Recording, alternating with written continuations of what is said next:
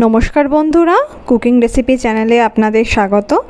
আজকে আমি এসে গেছি নতুন একটা রেসিপি নিয়ে, পটল আলু চিংড়ির রেসিপিটা সবাই জানেন এবং খুব পুরনো রেসিপি, কিন্তু আমি করেছি একটু অন্যরকম পদ্ধতিতে। দেখে নিন যে এটা কীভাবে করা যায়। আশা করি আপনাদের সবার খেতে ভালো লাগবে। অবশ্যই কমেন্ট করে জানাবেন কেমন হলো রেসিপিটা। চলুন শুরু করা যাক রেসিপিটা কেমন। তো প্রথমেই আমি নিয়ে নিয়েছি কাজু আর কিশমিশ বাটা, বেশ দেখতে পাচ্ছেন 4-5 চামচ মতো। সঙ্গে নিয়েছি টমেটোর পেস্ট, সঙ্গে নিয়েছি আদা, জিরে আর কাঁচা লঙ্কা বাটা। এখানে কাঁচা লঙ্কাটা লাল রঙের ছিল, তাই বাটাটা লাল লাল দেখতে হয়েছে। সঙ্গে কিছু কাঁচা লঙ্কা 3টে এবং পেঁয়াজ কুচি, অনেকটা বেশ পেঁয়াজ কুচি লাগবে এতে। 2টো মিডিয়াম সাইজের পেঁয়াজ কুচি, পটল আর আলু নিয়েছি 3টে মিডিয়াম সাইজের, পটল নিয়েছি 250 গ্রাম মতো। এবার আমি কড়াইতে বেশ তেল দিয়ে দিলাম, অন্তত 5-6 চামচ তেল দিতে হবে। আমি সর্ষের তেল ব্যবহার করেছি, আপনি সর্ষের তেল ব্যবহার করলেই টেস্টটা ভালো হবে, তাই আশা করি সর্ষের তেল ব্যবহার করে রান্নাটা করবেন। খুব ভালো হয় যদি আপনি সর্ষের তেলটা ঘানি সর্ষের তেল ব্যবহার করতে পারেন, তাতে সর্ষের ঝাঁঝটা খুব ভালো হয়। আমি কোল্ড প্রেস সর্ষের তেল ব্যবহার করেছি, এতে খাদ্যগুণটাও ভালো এবং ঝাঁঝটাও রান্নায় খুব ভালো হয়। প্রথমেই তেলটা গরম হওয়ার পর আমি পটলগুলো একে একে ভেজে নেব। হাত দিয়ে আপনি দেখে নিতে পারেন টেম্পারেচারটা কেমন, তারপর পটলগুলো ছেড়ে ভেজে নেবেন। পটলগুলোর আমি খোলা পুরো ছাড়াইনি, একটু ঘষে নিয়েছি খোলাটা, নিয়ে এরকম একটা পটলকে হাফ করে এবং একটা হাফকে 3 টুকরো করে পটলগুলো কেটে নিয়েছি। এবার পটলগুলো প্রথমে ভালো করে ভেজে নিতে হবে। পটল হচ্ছে খুব ঠান্ডা একটা সবজি, তো গরমকালে এটা খুবই অ্যাভেলেবেল এবং পটলের সবজি খাওয়া খুবই ভালো, শরীর ঠান্ডা রাখে। পটলের জেনারেলি আমরা ঝোল খাই, পটল দিয়ে পোস্ত খাই, পটল দিয়ে অনেক রকম তরকারি করে খাই, কিন্তু পটল আলু চিংড়ি রেসিপিটা কিন্তু খুব পপুলার। যদি কোনো বিয়ের বাড়ি অনুষ্ঠান বাড়িতে খান, দেখবেন পটল আলু চিংড়ি করা হয়েছে এবং খুবই ভালো খেতে হয়। তো এটা একেবারে বিয়ের বাড়ির মতো স্বাদ হয়, রেস্টুরেন্টের মতো স্বাদ হয় এইভাবে বানালে।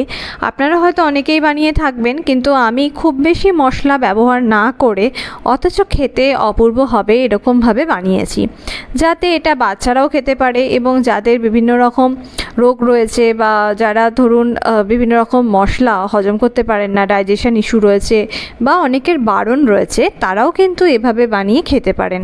সেক্ষেত্রে আপনার কোনো হেলথ হ্যাজার্ড হবে না। তো পটলগুলো ভাজার সময় আমি অল্প একটু নুন দিয়ে দিলাম। নুন দিলে পটলটা ভাজা ভালো হয়, তাড়াতাড়ি হয়। তো প্রথমে একটু তেলটা লাগানোর পর নুন দেবেন, নয়তো পটলগুলো লেগে যাবে কড়াইতে। ভালো করে পটলটা নেড়েচেড়ে ভেজে নিতে হবে। একটু লালচে করে পটলটা ভাজলে তবেই খেতে ভালো লাগে, সেই জন্য বেশ ছাকা তেলে লালচে করে পটলটা ভেজে নিতে হবে।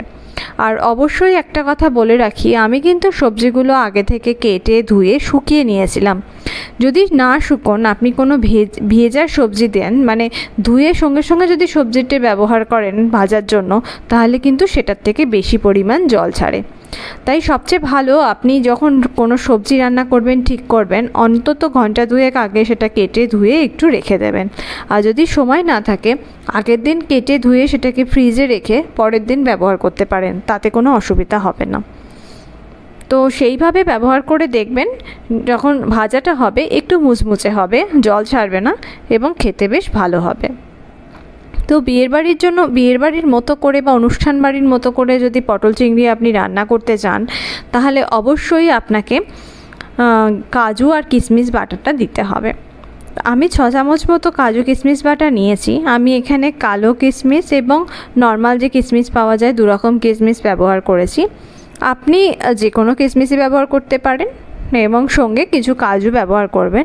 আর যদি আপনার কাছে কাজু কম থাকে, তাহলে কাজুর সঙ্গে আপনি চালমগজও ব্যবহার করতে পারেন, কিন্তু আমি পুরোটাই কাজু আর কিশমিশ বাটা দিয়েই এখানে করেছি। দেখছেন ভাজতে ভাজতে বেশ পটলগুলো নরম হয়ে গেছে এবং পরিমাণে অনেকটা কমে আসবে, এরকম লালচে লালচে একটা কালার আসবে, তখন গিয়ে আমরা পটলগুলোকে ভাজাটা কমপ্লিট হয়ে গেছে বাটিতে তুলে নেব। পটল যখন পুরো ভাজা হয়ে যাবে, পটলের থেকে তেলটা অনায়াসে ঝরে যাবে। আর যদি ভাজা না হয়, একটু সেদ্ধ সেদ্ধ মতো হয়ে যায়, তাহলেই কিন্তু ভালো করে মানে টেস্টটা ভালো হয় না, মুচমুচে ভাবটা আসে না। আর পটল ভাজার সময় কখনোই ঢাকা দিয়ে ভাজবেন না, ঢাকা দিয়ে ভাজলে কিন্তু পটলের সেই ক্রিস্পিনেসটা আসবে না। তো এইটা হচ্ছে প্রথম টিপস, যখন আপনি বেশ কষিয়ে রান্না করতে চাইবেন, আলাদা করে সবজিগুলোকে ভেজে নেবেন। এরপর আমি আলুগুলো দিয়ে দিলাম। আলুগুলো দেখেছেন মোটামুটি পটলের সাইজে করেই কাটা, খুব বড় আমি কাটিনি, খুব বড় কাটলে আলুগুলো গলতে টাইম লাগে, ভাজতে অনেক সময় লাগে, সেজন্য আমি একটা অ্যাভারেজ কাটিং করেছি, যাতে খেতেও সুস্বাদু হয় অথচ ভাজাটা তাড়াতাড়ি হয়ে যায়। যে তেলটা ছিল সেই তেলের মধ্যেই আলুটা দিয়ে দিলাম, ওই তেলেতেই আলু ভাজা হয়ে যাবে। আলুর মধ্যেও আমি একটু নুন দিয়ে দিলাম, হলুদ আমি এখানে ব্যবহার করিনি, পরে গিয়ে হলুদটা ব্যবহার করব। নুন দিয়ে পটলটা ভেজেছি, ঠিক তেমনভাবেই নুন দিয়ে আলুটাকে ভেজে নেব। এই পটল আলু চিংড়ির রান্নাটা কিন্তু খুব সহজ। যারা ধরুন প্রথম রান্না করছেন, আমার রেসিপিটা ফলো করে রান্না করলে কিন্তু ইজিলি আপনি এটা রান্না করতে পারবেন এবং খুব ভালো টেস্ট হবে। আলুটা মাঝে মাঝে খুন্তি দিয়ে দেখে নেবেন গলা হয়েছে কিনা বা ভাজাটা কমপ্লিট হয়েছে কিনা। আলু ভাজা কমপ্লিট হতে একটু টাইম লাগে এবং আলুর গাটা দেখবেন পুরো ক্রিস্পি হয়ে এসেছে, ভিতরটা নরম, তখন গিয়ে বুঝবেন যে আলুর রান্নাটা কমপ্লিট হয়ে গেছে। এবার আমি আলুতে একটুখানি হলুদ দিয়ে দিলাম, দিয়ে আলু ভাজাটা আমি কমপ্লিট করব। তো যেটা বলছিলাম, যারা বিগিনার্স লেভেলে রান্না করছেন বা ইজি রেসিপি হিসেবে রান্না করতে চান, ভাবছেন এটা ভীষণ টাফ, একদমই টাফ না। কারণ বাজার থেকে চিংড়িটা মোটামুটি ওরা ক্লিন করে কেটেই দেয়, আপনি এসে একটু ধুয়ে নিলেই চিংড়ি রেডি। সেরকমভাবে চিংড়িতে কোনো অসুবিধা হয় না বা বেশি কিছু কাটাকুটির নেই। এদিকে পটল আর আলু কাটাও কিন্তু খুব ইজি। আর অল্প উপকরণের মধ্যে, আর কমন উপকরণের মধ্যে আমাদের লাগছে পেঁয়াজ, লঙ্কা, আদা, কাঁচা লঙ্কা, টমেটো আর কাজু কিশমিশ, এইগুলো যেগুলো সহজেই অ্যাভেলেবেল। আর আমরা গরম মশলা ফোড়নও ব্যবহার করব। তো কাজেই যারা একটু নতুন রেসিপি ট্রাই করতে চান বাড়িতে, অথচ খেতে সুস্বাদু হবে, অবশ্যই এটা ট্রাই করতে পারেন। এবার ভাজাটা আলুগুলো গোল্ডেন ব্রাউন হয়ে এসেছে, এর মানে আলু ভাজাটা প্রায় কমপ্লিট হয়ে এসেছে। এবার আপনি আলু ভাজা কমপ্লিট হলে বুঝতে পারবেন আলুগুলো একদম ছাড়া ছাড়া হয়ে যাবে। এবার আস্তে আস্তে আলুগুলো একে একে কড়াই থেকে তুলে নেব, তেলটা ঝারিয়ে। যে তেলটা প্রথম আমি দিয়েছি সেই তেলেই কিন্তু পুরো রান্নাটা হয়ে যাচ্ছে। তো সেই জন্য প্রথমে তেলটা আপনি যেটা ব্যবহার করবেন একটু বেশি পরিমাণে দেবেন, যাতে পুরো রান্নাটা ওই তেলেতেই আমরা কমপ্লিট করে নিতে পারি। আর যদি দেখেন যে আলু ভাজার পর একটু তেলটা মনে হচ্ছে কম, তাহলে কিছুই না, আপনাকে আবার একটুখানি তেল দিয়ে গরম করে তারপর তার মধ্যে ফোড়নগুলো ছাড়তে হবে। তো এই রান্নাটা আমি বহুবার বাড়িতে করেছি, কেউ এলে পরিবেশন করেছি, সবাই কিন্তু প্রচণ্ড খুশি এবং ফিডব্যাক দিয়েছে খুব ভালো। আপনারাও একবার করে দেখুন, ফিডব্যাক দেবেন, অবশ্যই কমেন্টে জানাবেন কেমন লাগলো, তবে বুঝতে পারবো যে কেমন ধরনের রেসিপি আপনাদের পছন্দ। আর আপনি করে দেখে বলতে পারবেন যে রেসিপিটা বাচ্চারাও খেতে পারছে কিনা, কারণ এটাতে কোনো রকম ঝাল বা শুকনো লঙ্কার গুঁড়ো ব্যবহার করা হয়নি, ফলে ডাইজেশন ইস্যু হওয়ার কোনো রকম চান্স নেই। এবং ঘরোয়া খাবার যদি সুস্বাদু হয় তাহলে সেটা অবশ্যই আমাদের চুজ করা ভালো, রাদার দ্যান রেস্টুরেন্টের রান্না। এবার দেখুন, এই যে চিংড়িগুলো আগেই কেটে ধোয়া, অল্প করে নুন হলুদ লাগানো চিংড়িগুলোকে আমি ছেড়ে দিলাম কড়াইতে। তো চিংড়ি রান্না করা খুব ইজি, সেই জন্যে বারবার করে আমি বলছি যে এই রান্নাটা যে কেউ বিগিনার্স কেউও রান্না করতে পারে, এটার জন্য বিশাল কিছু রান্নার এক্সপার্টিসের দরকার নেই। আর মশলাটাও খুব একটা কমপ্লেক্স কোনো মশলা নয়। এবং রান্নাটা হতে প্রিপারেশন টাইম বলতে পারেন 30 মিনিটস, 20 to 30 মিনিটস, আর কুকিং টাইমও 20 to 30 মিনিটস। তো আপনার হাতে যদি ঘন্টাখানেক টাইম থাকে আর উপকরণগুলো আপনার বাড়িতে থাকে, আপনি সহজেই এই রান্নাটা কিন্তু করে নিতে পারবেন। এবার চিংড়ি কিন্তু বেশিক্ষণ ভাজতে নেই, কারণ বেশিক্ষণ ভাজলে ওটা খুব স্টিফ হয়ে যায়, শক্ত হয়ে যায়, খেতে বাজে লাগে। তাই অল্প একটু নেড়ে চেড়ে যখন দেখবেন গাটা একটু হালকা হালকা লালচে ভাব আসছে, গোল্ডেন ভাব আসছে, তখনই তুলে নেবেন। কারণ যখন ওটা আবার কষা হবে আলু পটলের সাথে, তখন কিন্তু একটু বেশি কুক হয়ে যাবে। চিংড়িগুলো অনেকে কেটেও দিতে পারেন, বা ছোট চিংড়ি হলে একটু পরিমাণটা বেশি দেবেন। আমি 200 গ্রাম মতো চিংড়ি নিয়েছি, 200-250 গ্রাম মতো, কারণ আমার এখানে চিংড়িগুলো একটু বড় সাইজ ছিল। আপনার যেমন অ্যাভেলেবেল থাকবে তেমন চিংড়ি আপনি দেবেন, তাতে কোনো অসুবিধা নেই। চিংড়ি যদি পরিমাণে কম হয় তার জন্য কিন্তু কোনো রকম টেস্টের তফাৎ হয় না।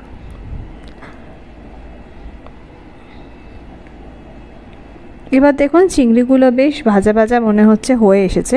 একটু উল্টে পাল্টে ভাজতে হবে যাতে দুদিকটাই গোল্ডেন ব্রাউন কালারটা চলে আসে, তারপর গিয়ে চিংড়িটাকে তুলব। আর চিংড়ি যদি আপনি ফ্রিজ থেকে বার করে রান্না করেন তাহলে কিন্তু খানিকক্ষণ আগে বার করে রাখবেন।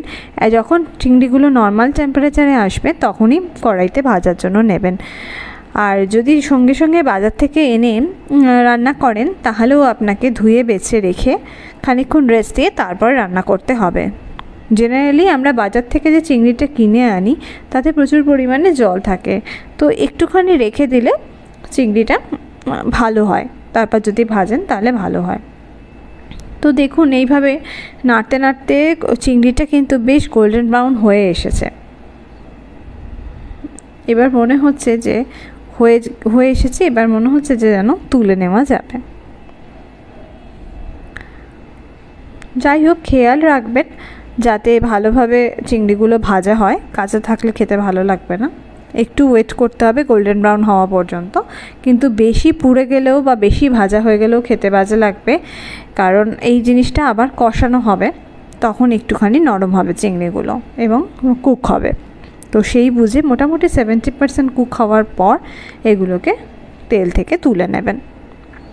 ভালো করে তেল ঝরিয়ে তুলে নিলাম।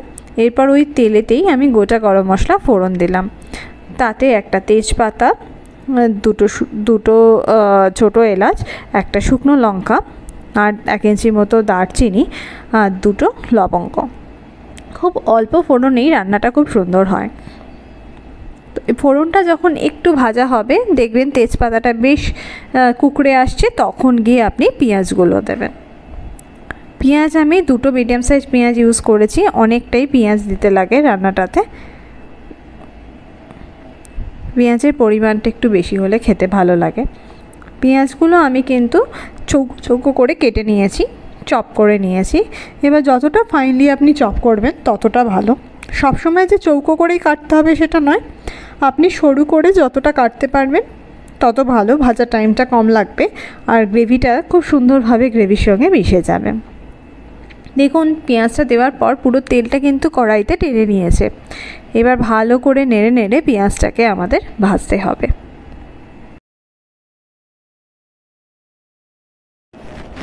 এবার পেঁয়াজটা ভাজার সময় একটু নুন দেব, নুন দিলে পেঁয়াজটা তাড়াতাড়ি গলে যাবে এবং ভাজাটা খুব ভালো হবে। পেঁয়াজটাও কিন্তু গোল্ডেন ব্রাউন হওয়া পর্যন্ত ভাজতে হবে এবং ভালো করে মিশে যাবে এবং পেঁয়াজ থেকে তেল ছাড়া শুরু করবে, ততক্ষণ পর্যন্ত আমাদের নাড়তে হবে। এখন যেমন পেঁয়াজটা পুরো তেলটা টেনে নিয়েছে, এরপরে কিন্তু ভাজা হয়ে গেলে ওই পেঁয়াজই তেল ছাড়া শুরু করবে। শুধু গরম মশলার সঙ্গে পেঁয়াজ দিয়ে আমরা ভাজছি, আর কিছু কিন্তু দেওয়া নেই। তো খুবই সিম্পল প্রসেস, কিন্তু একটু সময় ধরে কষাতে হয়।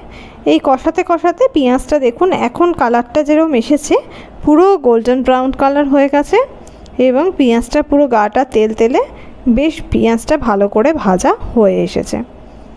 এই যখন এরকম লালচে লালচে হবে তখন বুঝবেন, এবং পেঁয়াজ থেকে একটা গন্ধ বেরোবে ভাজার, তখন বুঝবেন যে পেঁয়াজ ভাজাটা অলমোস্ট কমপ্লিট হয়ে গেছে। তো পেঁয়াজ যখন শেষের দিকে হয়ে আসবে তখন গিয়ে কিন্তু আপনাকে ওই আদা রসুন আর কাঁচা লঙ্কার বাটাটা দিতে হবে। এখানে আমি 2-4টে রসুন ব্যবহার করেছি, আর সঙ্গে 1/2 ইঞ্চি মতো আদা আর 2টো কাঁচা লঙ্কা। কাঁচা লঙ্কা আমি আস্তেও দিয়েছি, কিন্তু যখন আপনি বেটে দেবেন তখন সেটা খেতে ভালো হয়। বাটাটা চাইলে আপনি মিক্সিতেও করতে পারেন, কিন্তু আমি সাজেস্ট করব আপনি পিষে নেবেন। যদি আপনার কাছে শিলনোড়া থাকে শিলনোড়ায় পিষে নেবেন, বা আমি যেভাবে পিষি পাথরের বাটিতে সেরমভাবে পিষে নিতে পারেন। পিষে নিলে এটার পেশাই করার পর যেটা হয় অ্যাকচুয়ালি মিক্সিতে বেটে পুরো ফাইন হয়ে যায়, এটা ফাইন হয় না, হালকা একটুখানি থেকে যায়, মানে পুরো মিহি করে পেশার দরকার নেই, একটুখানি থেকে যাবে এরকম থেতর স্টাইলে করে যদি আপনি পেশাইটা করেন, অল্প পেশাই করেন, তাহলে কিন্তু ওটার টেস্টটা আরও বাড়ে। এবার এর মধ্যে একটু হলুদ দিয়ে দিলাম, 1 চামচ মতো, 1 চা চামচ মতো দিয়ে এবার এটাকে ভালো করে কষাবো। যখন কষাবো তখন তাহলে আদা, কাঁচা লঙ্কা আর রসুন যেটা বাটাটা দিয়েছিলাম ওটাও কষাবে। এবার আমি 1 চা চামচ মতো জিরে গুঁড়ো দিয়ে দিলাম। জিরে গুঁড়ো, জিরে দিয়ে সত্ত্বেও আমরা যে পেস্টটা করেছিলাম তাতে অল্প জিরে ছিল, আস্ত জিরে, তা সত্ত্বেও আপনাকে কিন্তু জিরে গুঁড়োটার ব্যবহার করতে হবে। আস্ত জিরেটা পেশাই করে দেবেন আর এখানে 1 চা চামচের জিরে গুঁড়ো দেবেন। জিরে গুঁড়ো যদি বাড়িতে বানাতে পারেন, জিরে রেস্ট করে মিক্সিতে গুঁড়ো করে, সেটা আরও ভালো স্বাদ হয়। আর যদি আপনি কেনা কোনো প্যাকেট ইউজ করেন তাহলেও চলবে। আমি এখানে কেনা প্যাকেটই ব্যবহার করছি, 1 চা চামচ মতো জিরে। এবার যখন পেঁয়াজ এগুলো ভালো করে কষানো হয়ে যাবেন, দেখবেন কড়াইয়ের গাতে আর লেগে নেই। এইভাবে কষাতে কষাতে বেশ লালচে লালচে হয়ে আসবে, তখন গিয়ে আমরা এই টমেটোর পেস্টটা দিয়ে দেবো। টমেটোর পেস্টটা একটা মিডিয়াম সাইজের টমেটো, সেটাকে আমরা পেস্ট করেছি, করে দিয়ে দেবো। এবার এটাকে দিয়েও ভালো করে নাড়তে হবে। পুরো জিনিসটাই যেহেতু কষা রান্না, আপনাকে কষাতে হবে, না কষালে কিন্তু টমেটোর কাঁচা গন্ধটা ঢেকে যাবে। তো এইভাবে কষাতে কষাতে দেখবেন একদম লালচে হয়ে আসবে এবং টমেটো থেকে তেল ছাড়া শুরু করবে এবং কাঁচা গন্ধটা পুরোপুরি চলে যাবে, পুরো ভাজার গন্ধটা বেরিয়ে আসবে। তো কষানোটাই হচ্ছে মেন, আপনি যত কষাবেন তত এটা খেতে ভালো লাগবে। তেল কিন্তু খুব একটা বেশি নয়, আমি এক্সট্রা কোনো তেল দিয়েও নিই, কিন্তু খেতে অপূর্ব হচ্ছে। এবার উপরে যখন তেলটা ভেসে উঠছে তখন গিয়ে আমি এইখানে কাজু কিশমিশ বাটাটা দিলাম। যতটা কাজু কিশমিশ বাটা আমি রেখেছিলাম আমি পুরোটাই কিন্তু দিয়ে দিলাম। দেওয়ার পর আপনাকে খুব বেশি করে নাড়তে হবে, কারণ বাদাম জেনারেলি কড়াইতে লেগে যায়। তো সেই জন্য নাড়তে থাকলে হাই হিটটা একটু মিডিয়াম ফ্লেম করে নেবেন, মিডিয়াম টু লো ফ্লেম করে ভালো করে নাড়তে থাকবেন। তাহলে ভাজাটা হতে হতে দেখবেন এটার থেকেও আবার তেল ছাড়তে শুরু করবে। যেহেতু বাদাম, যে কোনো বাদামই কিন্তু তেল ছাড়ে, তো কাজু কিশমিশের পেস্টটা থেকেও কিন্তু তেল ছাড়া শুরু হবে। বেশ অনেকক্ষণ নাড়তে নাড়তে দেখবেন তেল ছাড়া শুরু হবে। যতক্ষণ না তেল ছাড়া শুরু হবে আপনি অবশ্যই ওয়েট করবেন, তার আগে কিন্তু কিছু প্রসেস করবেন না। এই সময় যখন দেখছেন বেশ একটু গন্ধ বেরিয়ে গেছে, কাঁচা গন্ধটা চলে গেছে, তখন গিয়ে 1 টেবিল স্পুন ঘি দেবেন। ঘি দিয়ে এবার এটাকে আবার করে কষবেন। ঘিয়ের গন্ধতে কিন্তু এটা খুব ভালো লাগে এবং কষাটা যখন খুব ভালোভাবে হয়ে যাবে তখন পুরো তেল ছাড়বে জিনিসটা থেকে, এবং তখন যখন দেবেন আলু আর পটলটা, তার টেস্টই আলাদা হবে। আপনি একবার দেখেও নিতে পারেন নেড়ে নেড়ে যে উপর থেকে তেল ছাড়ছে কিনা, বা একটু টেস্ট করে দেখে নিতে পারেন মশলাটা যে নুন ঠিক আছে কিনা। এরপর গিয়ে আমি ভাজা পটলগুলো দিয়ে দিলাম এবং ভাজা আলুগুলো দিয়ে দিলাম। আলু পটল ভাজাটা যেমন পুরোপুরি রেডি, তাই এবার জাস্ট ওগুলোকে মশলা মাখিয়ে কষানো। ভালো করে মশলাটা মাখিয়ে কষিয়ে নিতে হবে যাতে মশলাটা ওদের গায়ে ঢোকে। যত কষাবেন তত ভালো হবে। যখন মশলাটা পুরো ভাজা হয়ে গেছে তখন যখন আলু পটলটা দেবেন তখন দেখবেন খুব তাড়াতাড়ি মশলাটা আলু পটলের গায়েতে ধরে নিচ্ছে এবং আপনার কড়াইতে কিন্তু আর মশলাটা লেগে থাকবে না, কারণ অলরেডি তেল ছাড়া শুরু করে দিয়েছে। এখনও কিন্তু মিডিয়াম ফ্লেমেতেই আপনাকে করতে হবে, হাই ফ্লেম করলে অবশ্যই জিনিসটা পুড়ে যেতে পারে। শুধুমাত্র যখন ভাজাগুলো করবেন তখন হাই ফ্লেমে করবেন, এছাড়া পুরো রান্নাটাই চেষ্টা করবেন মিডিয়াম টু লো ফ্লেমে করার। সেই জন্যই কুকিং টাইমটা আমি 30 মিনিটস বলেছি, কারণ যদি আপনি হাই ফ্লেমে করেন তাহলে হয়তো কুকিং টাইমটা কম লাগবে কিন্তু স্বাদটা ভালো হবে না। এবার যখন ভালো করে মেশানো হয়ে যাবে তখন গিয়ে আপনি চিংড়িগুলো দেবেন, ভাজা চিংড়িগুলো, সেগুলো দিয়েও এবার আপনাকে ভালো করে নাড়তে হবে। নাড়িয়ে মশলাটা তাহলে ভালো করে চিংড়ির গায়েতেও লেগে যাবে। মশলা বলতে কিছুই না, জাস্ট কষাটা, ওখানে কাজু কিশমিশ বাটা, টমেটো, পেঁয়াজ, রসুন, আদা, কাঁচা লঙ্কা পেস্ট এগুলোই রয়েছে, তেমন কিছু কিন্তু মশলা নেই। তো এটা ভালো করে গায়ে লেগে যাবে যখন, তখন গিয়ে আপনাকে দেখছেন এইখানে ভালো করে নাড়তে নাড়তে দেখবেন এটার থেকেও তেল ছাড়বে। যখন গিয়ে পুরো তেল ছাড়বে তখন গিয়ে ঈষদুষ্ণ জল আপনাকে দিতে হবে। জল ততটাই দেবেন ঈষদুষ্ণ জল যতটাতে এই আলু পটল চিংড়িটা ডুবে যায়, তার থেকে একটু বেশি নয়। ভালো করে নেড়ে চেড়ে গায়ে জলটা লাগিয়ে দেবেন যাতে মশলাটা গুলে যায় জলের মধ্যে।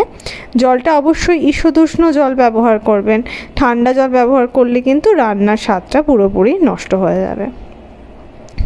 ঈষদুষ্ণ মানে বেশ একটু গরমের দিকে জলই ব্যবহার করবেন, একদম ঠান্ডা নয়, আবার একদম ফুটন্ত বয়লিং ওয়াটারও নয়। এরমভাবে ভালো করে দেখছেন সবজিগুলো ঢাকা যাচ্ছে, মানে ডুবে যাচ্ছে, এরম লেভেলে লেভেলে আপনাকে জলটা দিতে হবে।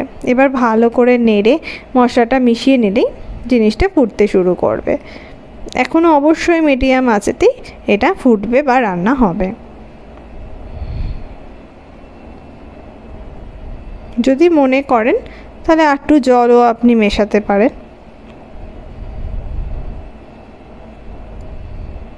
ভালো করে নেড়ে আমি এটাকে রেডি করে দিলাম। মশলাটা কিন্তু একটু আর মানে ঘন নেই, একদম পাতলা হয়ে জলের সাথে মিশে গেছে। এবার এইভাবে এটা আস্তে আস্তে ফুটতে শুরু করবে। মশলাটা ফোটা ঢাকা দিয়ে আপনি ফোটাতে পারেন। এরপরে লাস্টে আপনি একটুখানি অল্প গরম মশলা ছড়িয়ে দেবেন এবং এটা 1 চা চামচ গরম মশলা ছড়াবেন। গরম মশলাটা আপনি বাড়িতে বানিয়েও করতে পারেন বা গরম মশলাটা আপনি কেনা গরম মশলাও ব্যবহার করতে পারেন। পরে আমি মশলার রেসিপির ভিডিও আনবো, যাতে কিভাবে মশলা তৈরি করবেন, কত রকমের মশলা তৈরি করবেন সেই সব নিয়ে। এবার রান্নাটা হয়ে এসেছে। লাস্টে নামানোর আগে 1 টিস্পুন একটু ঘি ছড়াবেন এবং উপর থেকে তেলটা ভেসে উঠে যায়, তখন বুঝবেন রান্নাটা অলমোস্ট কমপ্লিট। প্রচণ্ড খেতে ভালো হয়। এটা একদমই ঝাল নয়, নর্মাল। ঝাল যদি আপনি বেশি খান তাহলে আপনি একটু বেশি লঙ্কা দেবেন। এবার এটা পরিবেশনের পালা। প্রচণ্ড খেতে স্বাদ হয় এটা। পরোটা, লুচি, রুটির সাথেও খেতে পারেন, ভাতের সাথেও খেতে পারেন, ভাত ডালের সাথে। বাচ্চারাও খুব আনন্দ করে খাবে, কোনো অসুবিধা নেই, কারণ এটা একেবারেই ঝাল ছাড়া, খুব স্বাস্থ্যকর। এবং ঝালটা খুব মডারেট রাখাই ভালো, বেশি ঝাল হলে কিন্তু স্বাদটা পাওয়া যাবে না। এভাবে করে দেখুন, কেমন লাগে আমাকে অবশ্যই কমেন্টে জানাবেন। ভালো থাকুন, সবাইকে ভালো রাখুন। Bye bye.